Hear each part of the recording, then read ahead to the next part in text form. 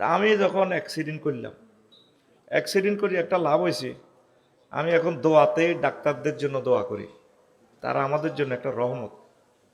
বিপদে হইলে বুঝবি, এমনি তো ডাক্তারে করে হ্যাঁ দাস টেয়া সব লই যাবো, টেয়া সব লই যাবো। কোনো ডাক্তারে কইছি নি আমার কাছে আইও আইও, কইছি নি?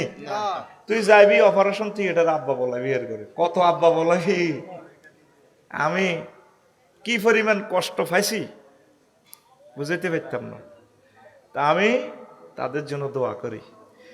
তো এই হাত ভাঙা অবস্থা চিন্তা করলাম, আমার মনে একটা এলহাম হইল।